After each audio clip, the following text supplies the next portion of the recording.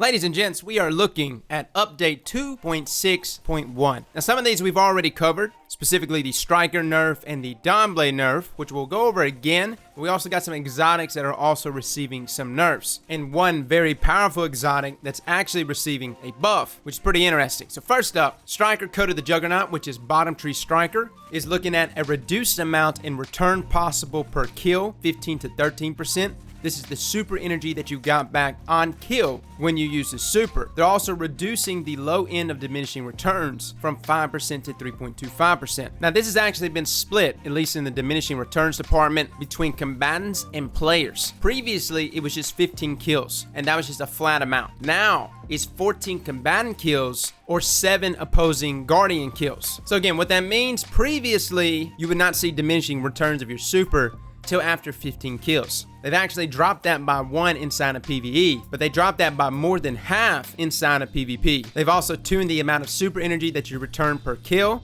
They increase the cost of the light attack in your super by 50%, and regeneration on kill will no longer proc in your super. So guys, that is pretty much Striker. We'll be covering it this week. There may be some benefits to this. I know it all sounds pretty bleak, but depending on how much super energy we get back on return. Obviously, they've made it to where it's got a much steeper curve in diminishing returns. But if we get more energy per kill, you may be able to spread your kills out more. You just can't get as many multi-kills. Again, that leaves room for interpretation. We'll be reviewing it this week. Moving on to Dawnblade, guys. Everlasting Flames, which is bottom tree. They increase the low end of diminishing returns from 0.75 to 0.95%. Change the kills for the diminishing returns by splitting them between players and combatants. So the same thing that it did with the Striker subclass. Previously, it was 30 kills, which was a flat amount in both PvE and PvP. Now it's 21 in PvE and 7 in PvP. They also tuned the amount of super energy that you return per kill, and they specifically said that it was handled differently than Striker, as this attack is an AoE attack. Again, a lot of room for interpretation here. This doesn't sound as bad as Striker's, but like I said, we'll be reviewing both of these. Now, moving on to Sentinel, Code of the Protector, which is top tree. Armor of Light timer now correlates with the life of Ward of Dawn. Particle FX move more rapidly toward the end of the Ward of Dawn's life. You already have a timer, but this is just another way of showing that, hey, Ward of Dawn is about to pop. Night Stalker Wave of the Path, which is middle tree. Shattering Strike has finally been fixed. It's now properly showing 9 seconds. Previously, it had been reduced to 3 seconds by accident. It was just a bug. They've also removed the bug that allowed for Titans to shoulder charge and 1-2 punch at the same time. Super unfortunate. I could spend a whole 10 minutes crying about this, but I'm not. It's whatever. At this point, we've got to move on. Now, looking at exotics, Jötunn fixed an issue that caused the weapon to impact multiple times at close range.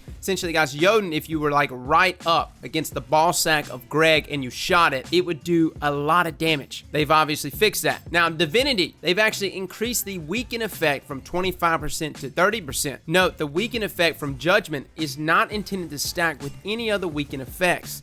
This issue will be fixed at a later date. The cage will still appear and act as a precision weak point in these cases, but the multipliers themselves will not stack. Okay, so they actually don't want it to stack, but they gave it a 5% buff overall. 30% though, that's interesting. Considering you're having to burn an exotic, you figure they would go more than 30%, like maybe 35%. Press of Darkness already gives you a 30% debuff. Hammer Strike already gives you a 30% debuff. Like, I know Divinity allows for crit shots to be easier to land, which is a great pro. I'll give you that. But it's unfortunate that it will not stack with other debuffs. Deathbringer fixed the reload timing on this weapon. Supposedly there was something affecting rocket launchers and the reload animation. I hope that means Deathbringer has a faster reload. Not that it really matters, maybe. I don't know. We'll just have to check it out. Now, some other exotics that have been touched. Sealed Ahamkar's Grasp now have a short cooldown between perk activation. Okay, so essentially Ahamkar's Grasp allowed us to kind of bypass some of the nerfs that were handed out to Lunafaction, as well as Rally Barricade, as throwing something like a smoke or a melee on the Hunter class would allow for that perk to constantly keep proccing, thus reloading something like a Mountaintop over and over again. Now that they're adding a short cooldown, this is going to stop that, which is kind of unfortunate. That's kind of what gave it value to begin with. Hopefully the cooldown isn't long. Like, that's the main thing. We don't want the cooldown to be overly long, so that the 1 or 2 hunters that actually use this poor exotic could still get some benefits out of it. Now, looking at stats and perks, Armor 2.0 mods that trigger on orb collection or using your class ability now no longer stack with pre-Armor 2.0 versions. Pre-Armor 2.0 exotics now have the correct stat packages. That's interesting. And Armor 1.0 traction perk applies +5 mobility in line with Armor 2.0 traction mod. All right, I didn't even know that it gave +5 mobility. That's pretty ginormous there. I thought it was only like +2. Maybe that's what Armor 2.0 is. It actually gives +5, and Armor 1.0 traction perk was limited to +1 and +2. So we're gonna have to actually retest traction all over again. So that's pretty much it, guys. That's the sandbox changes that I wanted to cover. There's a bunch of other miscellaneous stuff. Festival of the Lost is launching today, though, guys. We'll be getting a guide together for people that are trying to go for Xenophage. The new dungeon is also supposed to be out, and the new Crucible mode, Momentum Control. So be looking out for all that, guys. Have a wonderful day today. Fellas and ladies, thank you all for coming and watching, and as always, slap that like button like your mama told you right.